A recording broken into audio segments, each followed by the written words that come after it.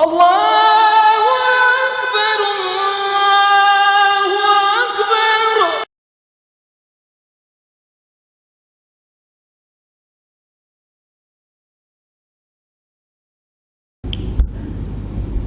Al-Fatihah. A'udzubillahi minasyaitonirrajim. Bismillahirrahmanirrahim. Alhamdulillahi rabbil alamin. Ar-Rahmanirrahim. Maliki yaumiddin. Iyyaka na'budu wa iyyaka nasta'in. Ihdinas siratal mustaqim. Siratal ladzina an'amta 'alaihim ghairil maghdubi 'alaihim waladdallin. Amin ya rabbal alamin. Bismillahirrahmanirrahim. Assalamualaikum warahmatullahi wabarakatuh. Alhamdulillahilladzi hadana bi ta'atihi wa jazruna an ma'siyatihi. Wa ashhadu an la ilaha illallahu bi wahdaniyatihi. Wa ashhadu anna Muhammadan abduhu wa rasuluh, amma ba'du. Hadirin jamaah muslimin wal muslimat rahimakumullah. Alhamdulillah, puji syukur kita kehadirat Allah atas segala nikmat yang telah diberikan kepada kita, sehingga dengan nikmat-nikmat itu Allah berikan kesempatan kepada kita untuk hadir di dalam masjid yang tidak lain adalah lis-sholati, laksanakan ibadah sholat yang tentunya kita kerjakan dengan cara berjamaah. Semoga masjid yang sekarang kita duduk di dalamnya ini kelak di hadapan Allah akan menjadi salah satu saksi bahwa kita selama hidup di dunia termasuk golongan orang-orang yang soleh dan solehah. Amin ya rabbal alamin. Para jamaah yang dirahmati oleh Allah, adapun bahasan kita pada malam hari ini pada bab yang nomor 2 menerangkan tentang faslun fi tarjihil qiraati wal qari'i ala ghairihima. Fasal yang menjelaskan tentang mendahulukan membaca Al-Quran dan mendahulukan orang-orang yang ahli membaca Al-Quran atas keduanya. Fasal menjelaskan tentang mendahulukan membaca Al-Quran atau keagungan membaca Al-Quran dan keagungan orang yang ahli membaca Al-Quran dibanding daripada selain keduanya. Dalam satu hadis baginda Nabiuna Muhammadin sallallahu alaihi wasallam bersabda, hadis ini diriwayatkan daripada Abi Mas'ud Al-Ansari, di mana baginda Nabi sallallahu alaihi wasallam bersabda, ya ummul qauma aqra'uhum li kitabillahi ta'ala. Ya ummul qauma, ya ummul qauma aqra'uhum li kitabillahi ta'ala. Ya ummul qauma, menjadikan seorang pemimpin terhadap suatu kaum itu siapa? Siapa sih yang layak untuk dijadikan seorang pemimpin untuk suatu kaum atau suatu kelompok? Itu baginda Nabi menyatakan dalam hadis ini, aqra'uhum li kitabillahi ta'ala, yaitu orang-orang yang pandai dalam membaca Al-Quran. Siapakah yang berhak untuk menjadi seorang imam? Imam dalam perkara ini maksudnya pemimpin. Siapa sih orang yang layak untuk menjadi seorang pemimpin? Maka pilihlah orang yang lebih pandai baca Al-Quran di antara mereka. Maka subhanallah tabarakallah, logikanya begini. Tentu kita nak menjadikan, tentu kita memilih seorang pemimpin, tentu kita memilih mana yang paling adil di antara pemimpin-pemimpin yang ada. Kita nak jadikan seorang pemimpin. Sementara adilnya seorang pemimpin tentu tidak bercanggah atau tidak berlainan dengan syariat-syariat agama yang di dalam Al-Quran. Bagaimana mungkin dia ini akan mengerti syariat agama kalau baca Al-Quran saja tidak pandai? Paham ya dari sini? Maka cari orang yang pandai baca Al-Quran, jadikan mereka pemimpin-pemimpin. Sebab kenapa? Kalau dikatakan belum tentu orang yang pandai baca Al-Quran itu lebih mengerti dibandingkan dengan orang yang tidak baca Al-Quran mengerti dalam urusan agama? Tentu tidak logik. Agama itu bersumber kepada Al-Quran. Kalau bacanya saja tidak boleh, kira-kira masuk akal tak? Masuk logika tak kalau dia ini pandai ilmu agama? Tentunya tidak masuk logika. Maka carilah orang-orang, kalau nak jadikan seorang pemimpin, carilah orang yang pandai baca Al-Quran.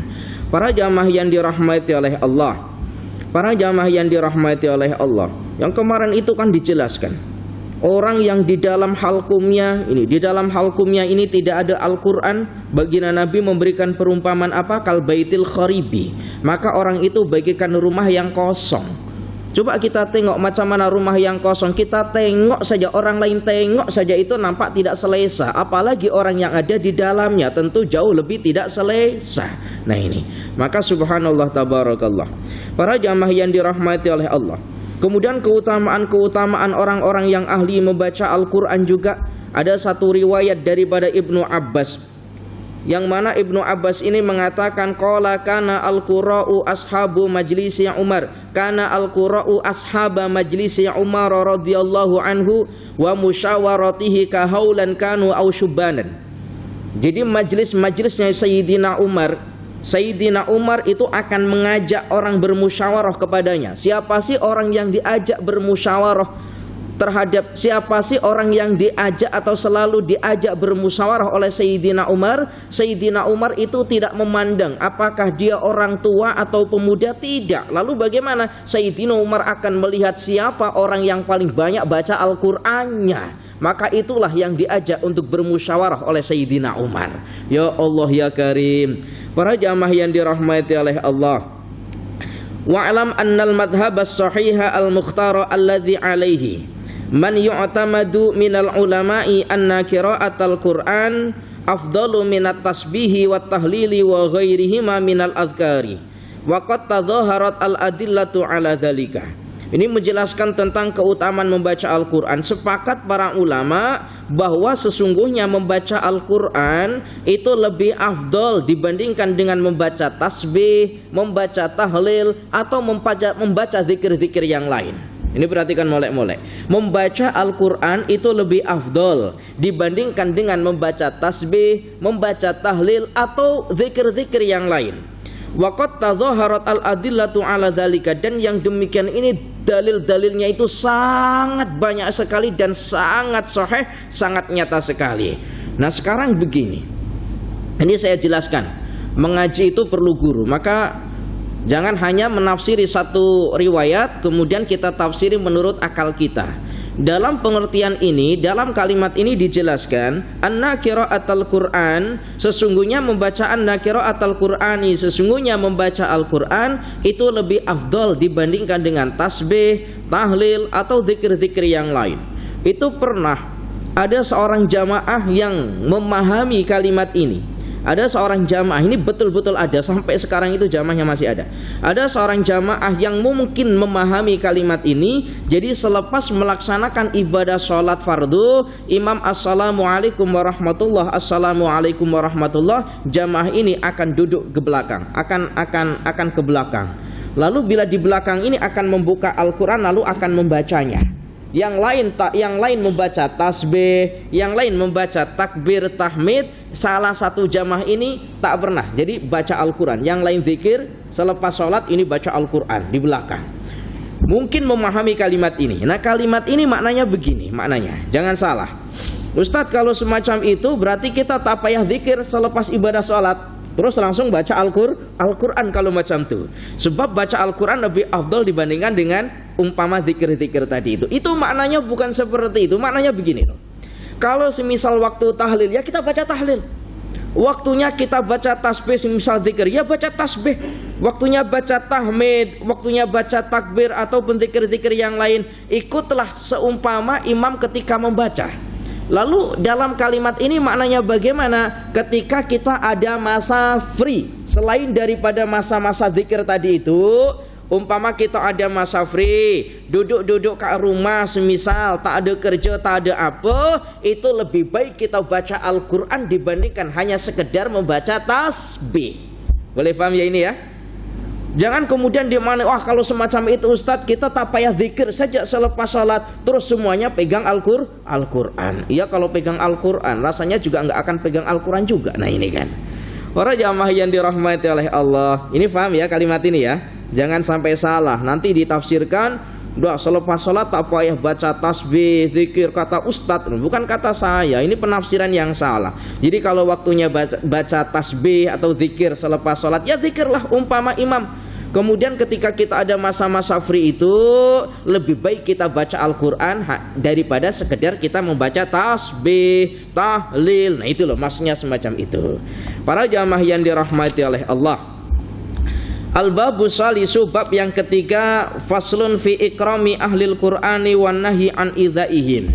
Fasal yang ketiga ini atau bab yang ketiga ini menjelaskan bab yang kedua sangat ringkas sekali. Bab yang ketiga menjelaskan tentang wajib memuliakan ahli Al-Quran. Ahli Al-Quran ini ahli yang macam mana Ustadz? Apakah orang yang hanya sekedar pandai membaca Al-Quran sahaja? Para ulama berbeda pendapat perihal tentang ahli Al-Quran atau yang disebut dengan ashabul Quran. Jadi begini para jamaah, dalam bahasa kita itu kan ada yang disebut dengan kawan, ada yang disebut dengan sahabat.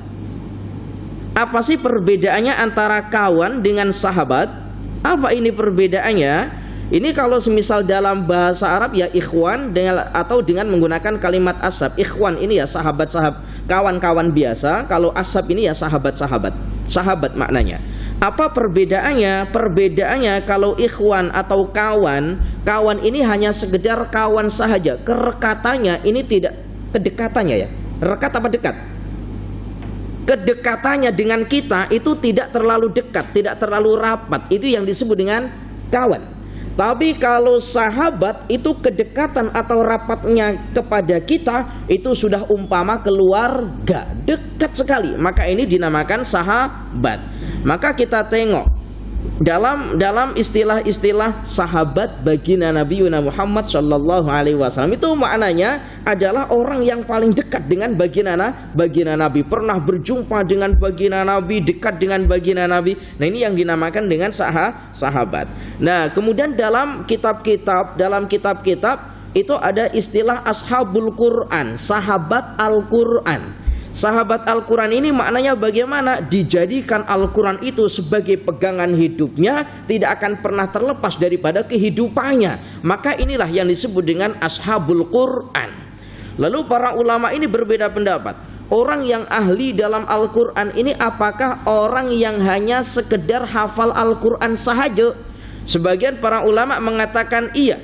Orang yang hafal Al-Quran disebut dengan orang yang ahli Al-Quran. Sebagian ulama mengatakan demikian.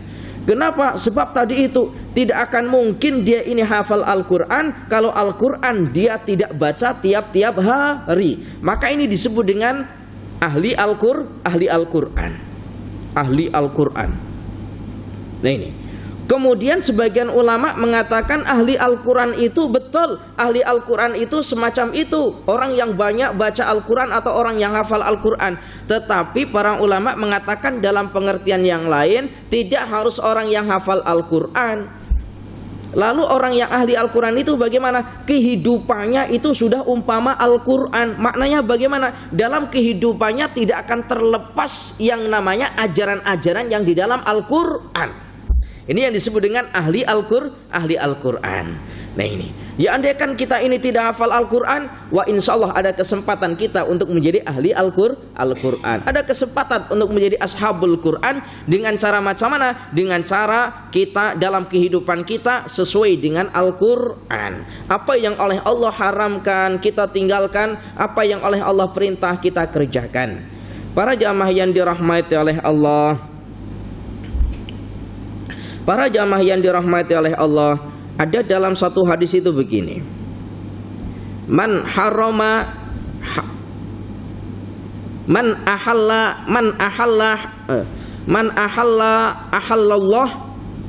wa man haramallah dakhalal jannah. Sesiapa yang mengharamkan apa yang diharamkan oleh Allah, dan sesiapa yang menghalalkan apa yang halalkan oleh Allah, maka dakhalal jannah, maka ia akan masuk ke dalam surga. Dan hukum-hukum haram, hukum-hukum halal, semuanya termaktub dalam Al-Quran. Ini ada satu cerita. Ini cerita, pengalaman saya, ada cerita. Ada seorang ustadz, seorang ustadz itu ditanya perihal tentang hukum. Ustadz, kami nak tanya pasal hukum. Tanya apa? Apa hukumnya berjudi? Haram hukumnya, katanya. Apa hukumnya berjudi? Haram hukumnya. Oh, haram. Tadi kami main judi bersama dengan anakmu, dan anakmu menang judi. Alhamdulillah, katanya. Ustadz, apa hukumnya berjudi? Haram. Oh, haram. Tadi kami main judi bersama dengan anakmu. Anakmu menang judi. Alhamdulillah, katanya ini. Nah, ini berarti apa? Nah, ini tidak sesuai dengan apa yang dia berikan hukum. Hukum haram di saat anaknya ini kalah, tetapi di saat anaknya menang, alhamdulillah. Nah, ini para jamaah yang dirahmati oleh Allah. Al-babus salis fi ikrami ahlil Qur'an wa nahyi an idzaihim. Fasal menjelaskan memuliakan orang-orang yang ahli Al-Qur'an, wa nahyi an idzaihim, dan haram menyakiti orang yang ahli Al-Qur'an. Qala Allahu azza wa jalla, di dalam ayat Al-Qur'an Allah taala mengatakan, wa may yu'azzim sya'airallahi fa innaha min taqwal qulubi. Wa may yu'azzim, sesiapa yu'azzim yang mengagungkan sya'airallahi, tanda-tanda Allah. Sesiapa yang mengagungkan tanda-tanda Allah, tanda-tanda kekuasaan Allah, itu ya termasuk diantaranya adalah mengagungkan Al-Quran. Mengagungkan Al-Quran, kita juga termasuk mengagungkan Allah. Para jamaah yang dirahmati oleh Allah, kenapa? Sebab Al-Quran adalah kitabullah. Termasuk mengagungkan Al-Quran boleh dari segi fisiknya, yang pertama. Yang kedua, atau bukan daripada segi fisiknya. Maksudnya mengagungkan Al-Quran daripada segi fisiknya macam mana? Kita letakkan Al-Quran di tempat yang bersih, kita letakkan Al-Quran di tempat yang terhormat. Kadangkala kita salah, kadangkala kita lebih menghormati handphone kita dibandingkan dengan meletakkan Al-Quran. Coba kita tengok, pernah tak kita meletakkan handphone kita di bawah semisal? Enggak pernah. Kita selalu letakkannya di atas, tapi bila kita letakkan Al-Quran, kadangkala di mana-mana tempat kita letakkan Al-Quran. Jadi mengagungkan Al-Quran atau memuliakan Al-Quran boleh dari segi fisiknya, atau bukan daripada segi fisiknya. Mungkin kita hafal Al-Quran semisal, kalaupun tidak hafal Al-Quran, kita hafal ayat-ayat tertentu. Kita mengagungkan Al-Quran dengan cara macam mana? Tidak melafalkan atau tidak membaca ayat-ayat Al-Quran itu pada tempat-tempat yang tempat-tempat itu kotor. Umpama di tandas semisal kita membaca Al-Quran, di masjid tak pernah baca Al-Quran, justru ketika di tandas baca Al-Quran semisal, berarti tidak mengagungkan Al-Quran. Para jamaah yang dirahmati oleh Allah, Ustadz, bagaimana hukum membaca Al-Quran ketika kami berjalan? Ini kalau tidak salah pernah saya sampaikan. Hukum membaca Al-Quran dengan berjalan bagaimana hukumnya? Maka para ulama mengatakan demikian. Termasuk diantaranya adalah Imam An-Nawawi di dalam kitabnya. Beliau mengatakan demikian. Hukum membaca Al-Quran di jalan atau ketika berjalan itu hukum asal adalah mubah. Boleh. Hukum asal boleh. Dengan ketentuan macam mana? Dengan ketentuan berjalannya itu tidak sampai melupakan ia atau melalaikan ia kepada apa yang dibaca. Kalau melupakan ia, kalau membaca Al-Quran dengan cara berjalan itu sampai boleh melupakan ia atau melalaikan ia dengan bacanya, maka hukumnya makruh. Tapi tidak sampai kepada hukum haram. Contohnya macam mana? Kita jalan di depan sambil baca Al-Quran. Entahlah baca apa, baca ayat-ayat Al-Quran. Yang kadangkala kita ini di jalan jumpa dengan kawan kita, jumpa dengan siapa, lalu ada orang ini sapa, Assalamualaikum warahmatullah. Lalu kita jawab, Waalaikumsalam warahmatullah. Padahal kita tadi baca Al-Quran. Bila selepas jawab, kemudian kita ingat-ingat, tadi saya baca ayat mana ya? Sampai ayat mana? Ini yang disebut dengan melalaikan apa yang dia baca. Tetapi andai kata tidak sampai melalaikan apa yang kita baca, maka hukumnya boleh. Hukumnya boleh, tidak sampai kepada hukum haram. Boleh, hukumnya boleh. Memang hukum asal adalah boleh. Contohnya macam mana? Contohnya begini, kita ini membaca ayat Al-Quran, lalu kemudian wakaf berhenti, ada orang mengucapkan kalimat salam, Assalamualaikum. Lalu kita jawab Waalaikumsalam. Kemudian kita masih boleh terus melanjutkan bacaan, tidak sampai melalaikan atau tidak sampai melupakan. Yang demikian ini hukumnya boleh. Nah, wah Ustadz ternyata boleh. Ya sudah, kalau boleh kita nggak apa-apa, sambil jalan kita baca Al-Quran. Baca itu kan nggak harus dengan memegang Al-Quran. Tapi kira-kira mungkin apa enggak? Di masjid saja nggak pernah baca, masa jalan baca Al-Quran ini? Di masjid saja nggak pernah baca, di rumah nggak pernah baca. Kira-kira sambil jalan baca Al-Quran nggak nih? Para jamaah yang dirahmati oleh Allah. Wa may yu'azzim sya'airallah fa innaha min taqwal qulubi. Sesiapa yang mengagungkan tanda-tanda kebesaran Allah, maka sungguh orang yang mengagungkan ini adalah min taqwal qulubi, daripada orang yang hatinya bertakwa.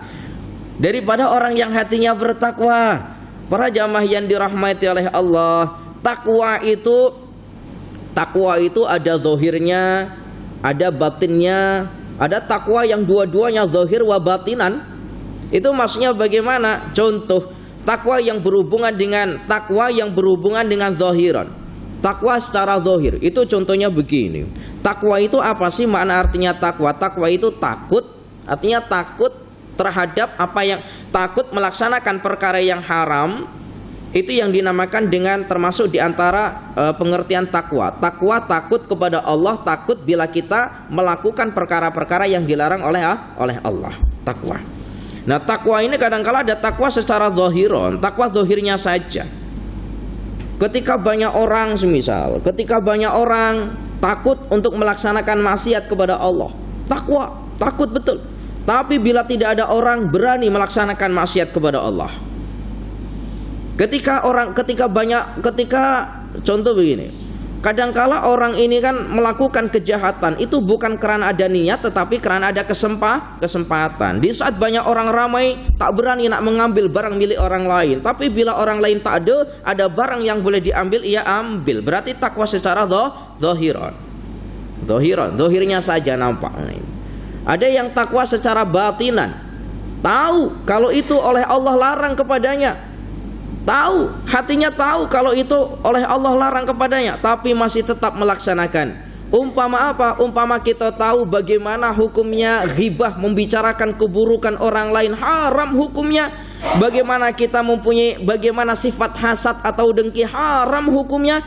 Haram secara hati, kita tahu itu hukumnya haram, tapi kadangkala kita masih tetap melaksanakan. Nah ini, para jamaah yang dirahmati oleh Allah, maka takwa itu tidak akan pernah sempurna selagi takwa itu hanya zahiran saja atau batinan saja. Ya, dua-duanya zahiran wa batinan. Sebab Allah tahu maksiat di tempat tersembunyi macam manapun, Allah akan tetap mengetahui. Innallaha sami'un alim. Allah Maha mendengar dan Allah Maha mengetahui di mana tempat kita berada, tidak akan terlepas daripada pengawasan Allah.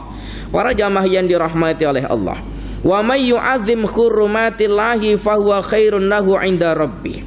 Wa may yu'azzim, dan sesiapa yang mengagungkan akan kemuliaan-kemuliaan Allah, fahuwa, maka orang tersebut khairun lahu, itu lebih bagus 'inda rabbih, di sisi Tuhannya, yaitu di sisi Allah. Sesiapa yang mengagungkan kemuliaan-kemuliaan Allah, maka ia ini baik di sisi Allah. Maknanya begini para jamaah yang dirahmati oleh Allah, mengagungkan kemuliaan-kemuliaan Allah. Kita tahu ya, al-ulama'u warasatul anbiya. Ulama itu warisan para nabi. Perhatikan ini mulai. Al-ulama'u warasatul anbiya. Ulama itu warisan para nabi. Andaikan kita itu menyakiti para ulama, itu otomatis kita juga menyakiti nabi. Sebab ulama ini adalah warisan nabi. Kalau kita menyakiti nabi, berarti kita juga menyakiti Khalik, sang pencipta kita. Berarti kita menyakiti Allah. Para jamaah yang dirahmati oleh Allah, dengan memuliakan orang-orang yang mempunyai kemuliaan di sisi Allah, maka kita baik di sisi Allah. Muliakan Al-Quran, orang yang ahli Al-Quran kita muliakan. Kemudian ulama-ulama kita muliakan. Pemimpin-pemimpin yang adil itu juga orang termasuk kemuliaan Allah. Ya, kita hormati pemimpin-pemimpin yang adil. Pemimpin yang adil bukan hanya pemimpin, tapi ada sifat pemimpin yang adil. Para jamaah yang dirahmati oleh Allah, waqfid janahaka liman ittaba'aka minal mu'minin. Waqfid dan merendahkanlah kalian. Waqfid dan rendahkanlah siapa kalian? Janahaka, ini bahumu. Rendahkanlah bahumu liman ittaba'aka minal mu'minin, terhadap orang-orang yang mengikutimu ya Muhammad, minal mu'minina, daripada golongan orang-orang mukmin. Ada orang-orang mukmin yang mengikuti baginda Nabi yang bimana siapa ya? Tentu orang-orang yang mulia, orang-orang yang berilmu, mungkin orang-orang yang hafizul Quran atau hamilul Quran, orang-orang yang faham Al-Quran, para guru atau para ulama. Allah perintahkan kepada kita waqfid janahaka. Waqfid janahaka ini maknanya apa? Maknanya itu kita waqfid merendahkan bahu kita. Seumpama kita jalan, tak kisah apakah orang yang ahli Al-Quran itu masih mudakah atau sudah tuakah, atau kita ini lebih tua dibandingkan dengan orang yang ahli Al-Quran. Di sini tidak dijelaskan, tetap kita hormat kepadanya, bukan hormat karena usianya, tetapi hormat karena kemuliaannya di sisi Allah. Ketika kita jalan, maka hendaklah kita itu merendahkan. Jadi contohnya begini. Ada orang ada orang ahli atau ulama semisal duduk, baik duduknya di atas atau duduknya di bawah. Lalu kita jalan semisal, maka rendahkanlah ini. Jadi jalannya direndahkan. Paham ya ini? Ini bentuk hormat kita kepada para ulama atau orang-orang yang ahli Al-Quran. Waqfid janahaka. Para jamaah yang dirahmati oleh Allah, saya ini punya cerita. Ada di Shah Alam, ada seorang polis itu punya anak, yang anaknya itu pergi ke pondok di Indonesia. Kebetulan saya mengajarnya. Itu semua keluarganya itu polis. Nah, polis ini kan kalau jalan gimana? Tegap ya? Tegap. Ini anaknya 2 tahun mondok di Indonesia, kebetulan saya yang mengajar. Di antara ustadz itu saya mengajar. Itu selama 2 tahun tidak balik. Kemudian bila balik, saya ini ditelepon sama polis ini, sama orang tuanya. Ustadz, anak saya sekarang ini jadi pelik Ustadz. Pelik macam mana? Bila kami duduk itu anak saya jalannya itu bila kami duduk itu jalannya seperti ini. Jadi ada yang kayak gini ya, tahu ya? Semacam itu. Pelik Ustadz katanya. Saya pun jawab, itu bukan pelik, itu memang adab bagi orang yang lebih mulia. Adab kepada orang yang lebih mulia atau orang yang lebih tua, memang adabnya seperti itu. Ternyata baru tahu ternyata. Ya Allah ya Karim. Para jamaah yang dirahmati oleh Allah, kenapa? Sebab begitu. Orang yang ketika berjalan kemudian dengan mendongakkan kepala, mendongakkan kepala, itu simbol daripada kesombongan. Simbol daripada kesombongan. Para jamaah yang dirahmati oleh Allah, walladzina yu'dzunal mu'minina wal mu'minati bighairi maktasabu faqad ihtamalu buhtana wa itsman mubina. Walladzina yu'dzunal mu'minina, orang-orang yang menyakiti orang mukmin, baik mukmin laki-laki ataupun mukmin perempuan. Bighairi maktasabu, dengan sesuatu perkara yang dia ini tidak pernah melakukan. Maka sungguh faqad ihtamalu buhtanan, maka sungguh orang yang menyakiti orang mukmin yang baik tadi itu termasuk dalam perkara ini orang-orang yang ahli Al-Quran, para ulama. Maka sungguh orang itu menanggung daripada dosanya. Menghina semisal, mengumpat yang tidak sesuai dengan faktanya semisal, maka orang yang demikian ini mengumpatnya terhadap orang yang ahli Al-Quran atau para ulama. Sungguh orang yang mengumpat ini akan menanggung dosanya. Bahkan Allah kemudian melanjutkan lagi dalam ayat itu, wa itsman mubina, Allah akan memberikan isman, dosa yang nyata kepadanya. Ya Allah ya Karim. Maka betul-betul kita muliakan. Coba di dunia ini siapa lagi kalau yang bukan kita muliakan, kalau bukan para ulama siapa? Agniya, orang-orang kaya itu nanti, orang-orang kaya itu ketika nanti Orang-orang kaya ketika kita nanti mati itu nanti yang akan mentahlili kita, mendoakan kita 7 hari 40 hari. Di sini ada ya 7 hari 40 hari, 100 hari, 1 tahun. Itu bukan para agnia-agnia itu yang akan mendoakan kita, adalah tok guru kita, ustadz-ustadz kita, orang alim-alim kita. Nah itu loh. Siapa lagi kalau bukan mereka yang kita muliakan? Para jamaah yang dirahmati oleh Allah. Wa an Abi Musa al-Ash'ari radhiyallahu anhu qala Rasulullah sallallahu alaihi wasallam. Ada satu riwayat daripada Abi Musa al-Ash'ari bahwa baginda Nabi Muhammad sallallahu alaihi wasallam bersabda, "Inna min ijlalillahi ta'ala ikramu dzisyaibatil muslimi." Sungguh termasuk di antara perkara memuliakan Allah adalah ikramu dzisyaibatil muslimi. Inna min ijlali ta'ala, inna min ijlalillahi ta'ala ikrama dzisyaibatil muslimi. Sungguh termasuk di antara memuliakan Allah adalah memuliakan dzisyaibatil muslimi, memuliakan orang tua yang muslim. Ini maknanya bagaimana Ustadz memuliakan orang tua yang muslim? Dzisyaibatil muslimi.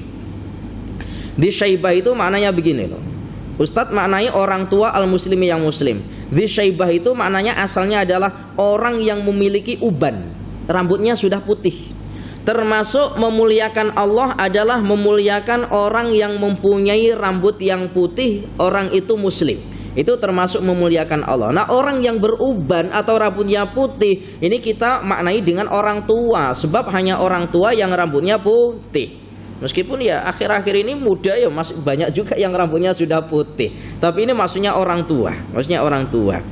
Tentu bukan hanya orang tua yang muslim-muslim biasa, tentu orang muslim yang taat, orang tua yang muslim yang taat, Kemudian yang kedua, kata baginda Nabi, jangankan orang muslim, itu pernah Sayyidina Ali karamallahu wajhah, pernah ada satu riwayat Sayyidina Ali ini hendak pergi ke masjid. Lalu pernah Sayyidina Ali nak pergi ke masjid, di tengah-tengah jalan ternyata ada orang tua yang jalannya pelan-pelan. Sementara baginda Nabi ini sudah rukuk. Tapi Sayyidina Ali ini tetap berjalan di belakangnya orang tua. Ternyata ketika sampai di depan masjid, ternyata orang tua ini tidak pergi ke masjid. Ternyata Pak Wakilah orang tua ini bukanlah orang muslim. Tetapi Sayyidina Ali tetap menghormati orang tua dengan cara jalan di belakangnya, tidak mendahuluinya. Padahal Sayyidina Ali nak melaksanakan ibadah sholat. Ketika baginda Nabi sudah rukuk, baginda Nabi ini rukuknya lama sangat. Sampai baginda Nabi ini, sampai Sayyidina Ali masuk ke masjid, Sayyidina Ali takbir, masih mendapati rukuknya baginda Nabi, yang bermakna Sayyidina Ali tidak masbuk. Tidak masbuk, kenapa? Sebab masih mendapati rukuknya baginda Nabi. Kemudian ketika di akhir sholat, baginda Nabi menceritakan, wahai sahabat, tadi aku melaksanakan ibadah sholat dan rukukku panjang sangat. Kenapa? Sebab ketika aku nak qiyam, aku nak iktidal, malaikat Jibril menahanku. Kenapa? Sebab ada Sayyidina Ali yang datang lambat disebabkan karena dia berjalan di hadapannya ada orang tua. Kemudian untuk memuliakan Sayyidina Ali, untuk memuliakan orang tua tadi itu, dengan tidak mendahulunya tetap jalan di belakang padahal nak melaksanakan sholat. Dan supaya Sayyidina Ali ini tidak tergolong orang yang masbuk, maka itulah aku rukuknya dalam keadaan yang lama karena ditahan oleh malaikat Jibril. Maka ini penting pengajaran bagi kita. Kalau semisal kita jadi imam, semisal ada orang lambat di belakang, tengah datang motor kah semisal, lalu baru matikan motornya semisal, kita tahu orang itu nak masuk ke masjid, jangan terus langsung berdiri. Gak apa-apa, kita tunggu pun ya bukan 1 jam 2 jam juga kan, mungkin hanya 1 menit sahaja kita tunggu tak mengapa. Sebab memang ada riwayat baginda Nabi pernah menunggu Sayyidina Ali. Para jamaah yang dirahmati oleh Allah, itu maksud dalam perkara sholat ini. Dalam perkara sholat itu tidak ada satu riwayat baginda Nabi menegur orang yang sholatnya cepat. Ini perhatikan mulai. Dalam riwayat-riwayat itu tidak ada riwayat yang menceritakan baginda Nabi pernah menegur orang yang sholatnya cepat. Tetapi baginda Nabi pernah menegur orang yang sholatnya lama. Ini perhatikan mulai-mulai. Baginda Nabi pernah menegur orang yang sholatnya lama. Dalam satu riwayat itu ada orang yang sholatnya lama, kemudian di belakang ini orang tua-tua. Kemudian daripada sebagian jamaah ini mengadu kepada baginda Nabi, lalu baginda Nabi tegur, jangan engkau sholatnya lama-lama. Nah ini, lalu nak sholat lama 1 jam 2 jam semisal baca surat, ya coba sholat sendirian saja, jangan jadi imam. Kira-kira kuat ketak. Nah ini. Nah kalau sholat jadi imam, sholatnya lama sangat 1 jam. Ketika jadi imam, tapi ketika sholat sendirian, sholatnya hanya 1 menit semisal. Ini menandakan bahwa ibadah kita itu tidak ikhlas. Di hadapan orang ramai ibadah kita molek, tapi ibadah berseorangan ibadah kita hanya 1 menit. Berarti menandakan ibadah kita dia tidak ikhlas. Ikhlas itu apa? Ikhlas itu bila kau melakukan ibadah di hadapan orang ramai, kualitas ibadahmu tidak engkau kurangi ketika engkau melakukan ibadah berseorangan. Para jamaah yang dirahmati oleh Allah. Kemudian yang kedua, kata baginda Nabi, riwayat yang diriwayatkan oleh Abi Musa, termasuk memuliakan Allah. Tadi yang pertama, memuliakan orang yang sudah beruban yang muslim, yang dimana orang tua yang muslim. Kemudian yang kedua adalah wahamilul Qur'ani ghairal ghali fihi wal jafi fihi wal jafi anhu. Kemudian yang kedua, memuliakan orang yang ahli Al-Qur'an tanpa berlebihan. Memuliakan orang yang ahli Al-Qur'an. Nah, ahli Al-Qur'an itu ya tadi itu, wahamil Al-Quran, orang yang membawa Al-Quran atau orang yang ahli Al-Quran. Pernah pada pertemuan 2 minggu yang lepas atau minggu yang kemarin, Ustadz jelaskan siapa sih orang yang dinamakan hamilul Quran. Hamilul Quran itu makna dalam bahasa kita orang yang membawa Al-Quran. Maknanya ada 2. Yang pertama adalah orang yang hafal Al-Quran karena di mana tempat hati dan pikirannya selalu terisi dengan Al-Quran. Maka ini disebut dengan orang yang membawa Al-Quran. Yang kedua, kata para ulama, tidak harus berupa orang yang hafal Al-Quran, tapi di mana tempat, di mana kondisi dia berada, kehidupannya sesuai dengan ajaran Al-Quran. Ini kata para ulama. Ada 2 pendapat. Nah, memuliakan orang-orang yang hafal Al-Quran, memuliakan orang-orang yang ahli Al-Quran, yang bermakna melaksanakan, yang bermakna kehidupannya itu tidak keluar daripada ajaran Al-Quran, itu juga termasuk kita memuliakan Allah. Dengan catatan di sini ghairul ghali, tanpa melampaui batas. Memuliakan, tetapi tidak boleh sampai melampaui batas. Para jamaah yang dirahmati oleh Allah, saya ini kadang-kala heran. Begini para jamaah, ada sebagian kelompok, ada sebagian golongan yang dia ini tak nak mengikuti apa kata para ulama, tak nak mengikuti imam madhab.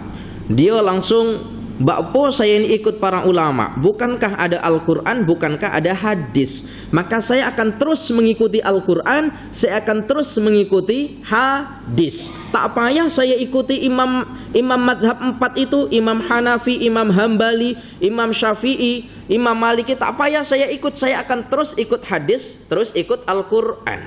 Nah kalau yang demikian ini pertanyaan saya, kalau dia ikut hadis, kalau dia ikut Al-Quran, pernahkah dia ini terus pernah langsung berjumpa dengan baginda Nabi?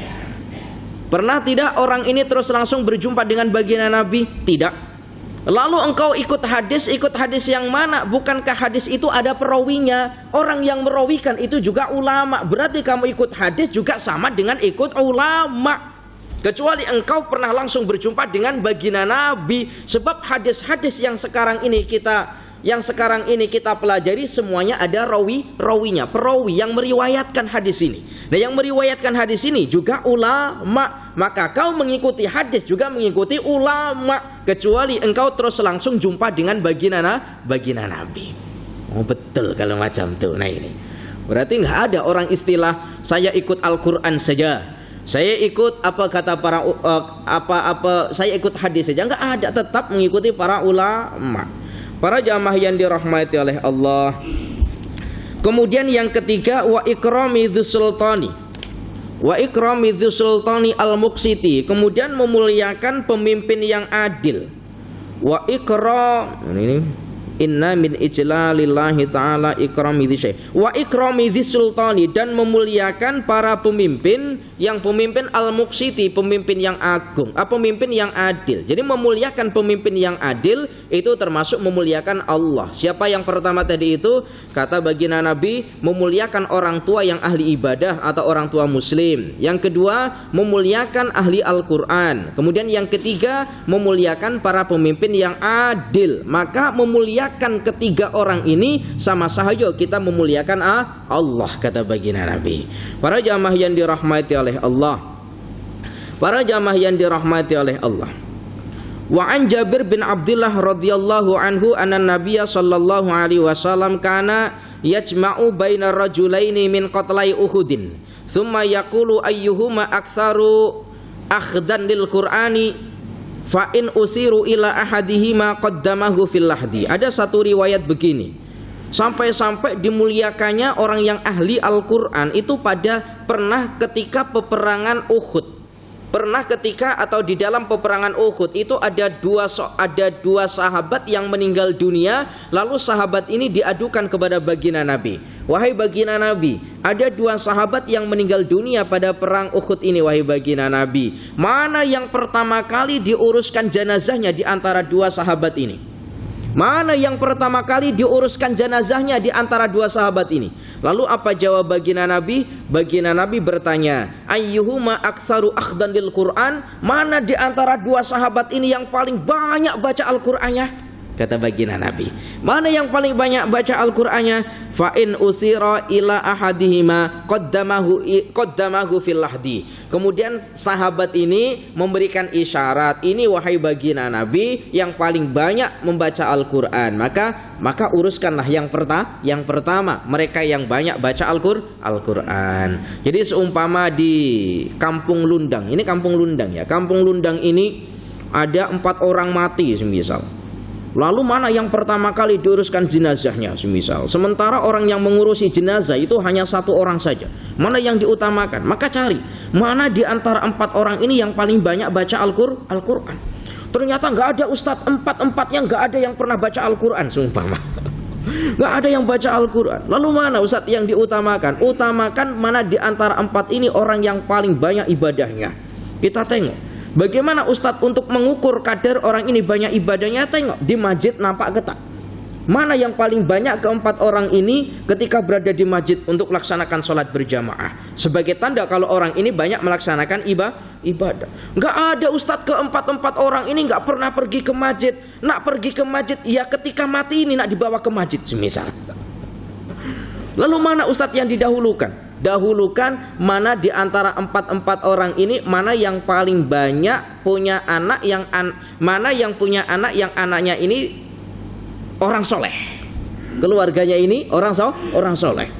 4-empatnya nggak ada ustadz anaknya yang soleh semisal. Wah gimana ini kalau kayak gitu?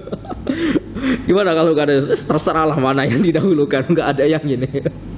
Nggak ada yang afdal ini. Nggak ada yang afdal didahulukan. Yes. Terserahlah pertimbangannya macam mana. Ya tentulah pasti ada. Mana keluarganya yang soleh, mungkin cucunya, kalau bukan anaknya ya cucunya. Dahulukan untuk diuruskan jenazahnya. Pertanyaannya kira-kira kita ini nak diuruskan jenazahnya awal atau akhir kira-kira? Awal. Kalau awal ya berarti perbanyaklah baca Al-Qur'an. Nah ini. Para jamaah yang dirahmati oleh Allah, ya Allahu ya Karim. Sudah masuk salat Isya. Sekali lagi. Para jamaah yang dirahmati oleh Allah.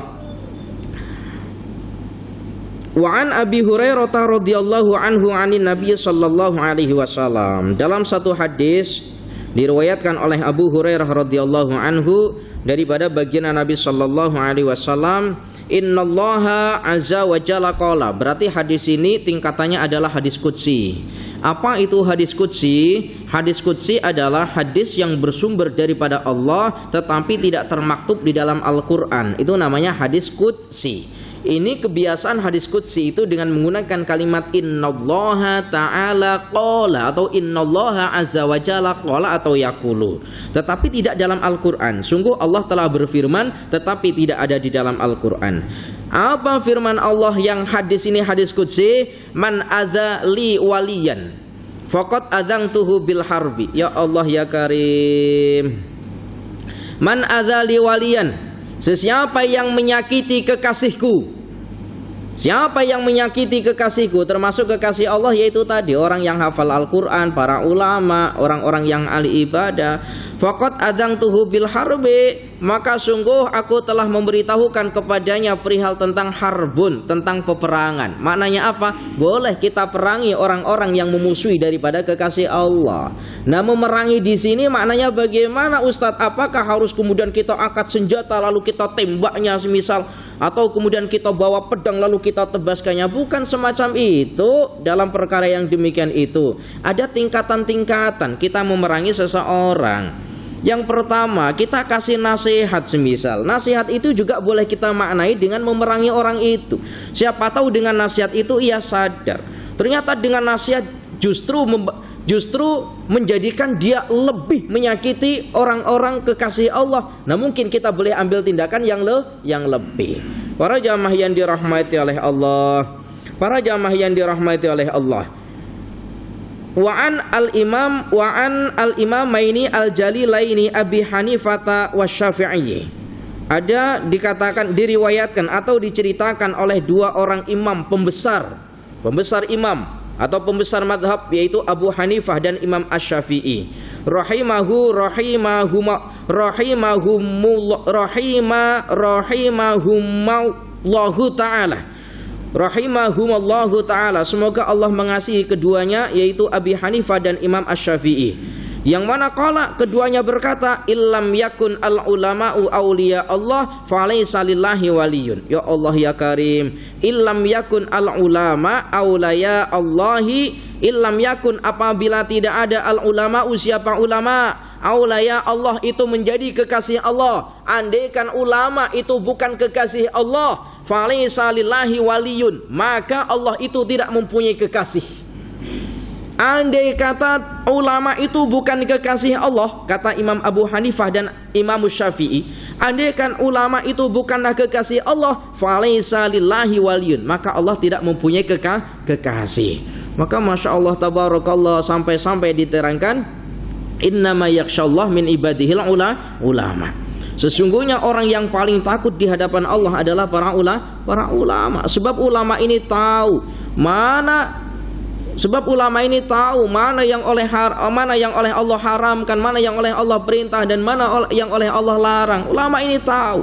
Sehingga yang paling takut di sisi Allah adalah para ulama. Orang yang tidak takut dengan Allah karena dia tidak mengerti akan ilmu, berani melaksanakan perbuatan mungkarat berupa berjudi, berani melaksanakan perbuatan mungkarat berupa berzina, merompak dan seterusnya, karena dia tidak takut kepada Allah. Maka subhanallah tabarakallah, semoga kita yang hadir di sini semakin tambah rasa takwa kita, takut kita kepada Allah, semakin kita mendekatkan diri kepada Allah. Wa insyaallah nanti di akhirat kita akan berjaya akan mendapat daripada kenikmatan di surganya berupa jannahnya. Amin ya rabbal alamin. Al-Fatihah. A'udzubillahi minasyaitonirrajim. Bismillahirrahmanirrahim.